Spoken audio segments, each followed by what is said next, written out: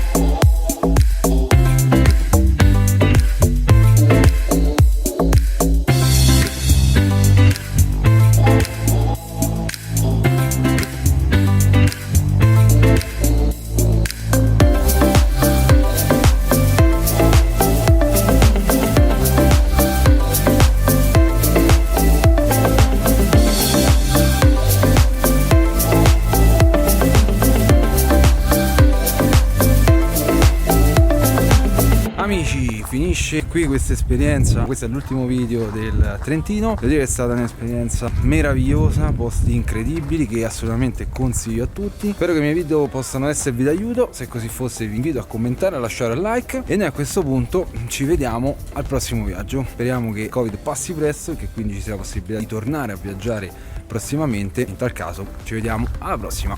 Ciao ragazzi!